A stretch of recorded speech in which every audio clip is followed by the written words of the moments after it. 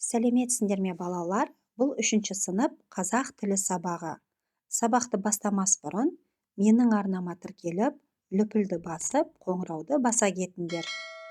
Бүгін бізде 13-ші сабақ, 49-шы жаттығу. Мәтінді тыңда.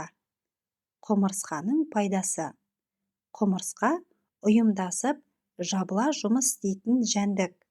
Құмырсқалар ұйымшыл келеді. Орманда жүріп, адасып кетсеңіз, құмырсқаның илеуіне қарап, бағыт-бағдарды анықтап алуға болады. Өйткені құмырсқалар өз илеуін тек солтүстікке қаратып салады екен. Олар өлген шыбын-шіркейді, басқа да зиянды заттарды жеп, қоршаған ортаны тазартып, табиғатқа көп пайда келтіреді. Сондықтан олардың илеуін бұзбаған, баспаған дұрыс. Қайта оларды қорғау керек. Балдырған журналынан. Мәтіннен тірек сөздерді тап. Сызба бойынша мәтін бөліктерін тап. Ғылыми мәтін екенін дәлелде.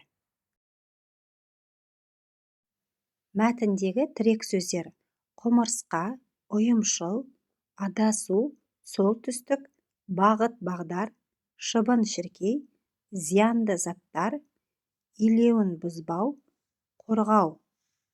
Сызба бойынша бөліктерін табатын болсақ, балалар, дәлелденетін пікір: құмырсқа ұйымдасып, жабыла жұмыс істейтін жәндік.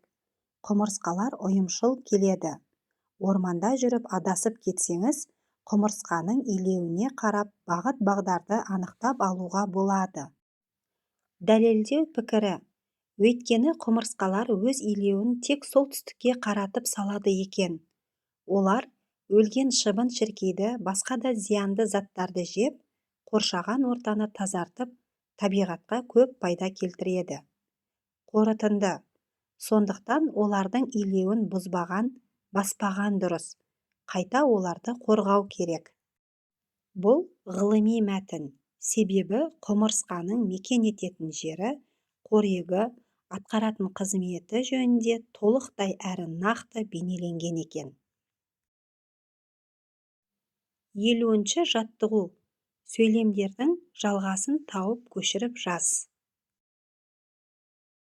Жалғасын тауып жазатын болсақ, балалар, бірінші, құмырсқа пайдалы жәндік.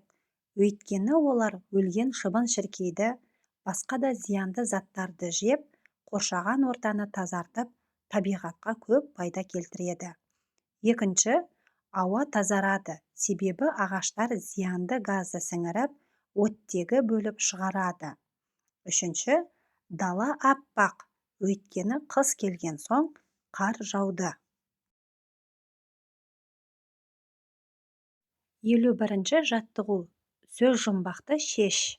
Көлденеңнен: бірінші, қанаты жоқ ұшады, аяғы жоқ желеді, аузы жоқ ұлиды. Бұл, балалар, боран. Екінші, тама-тама тас тескен. Бұл тамшы. Енді, балалар, тігінен: көк көрпенің мақтасы, әр жерде жүр бытырап. Бұл, балалар, бұлт. Төртінші, көзге ілінбейді, жұтсаң білінбейді. Бұл, балалар, ауа. Осымен, балалар, бүгінгі сабағымыз аяқталды. Келесі сабақта кездескенше.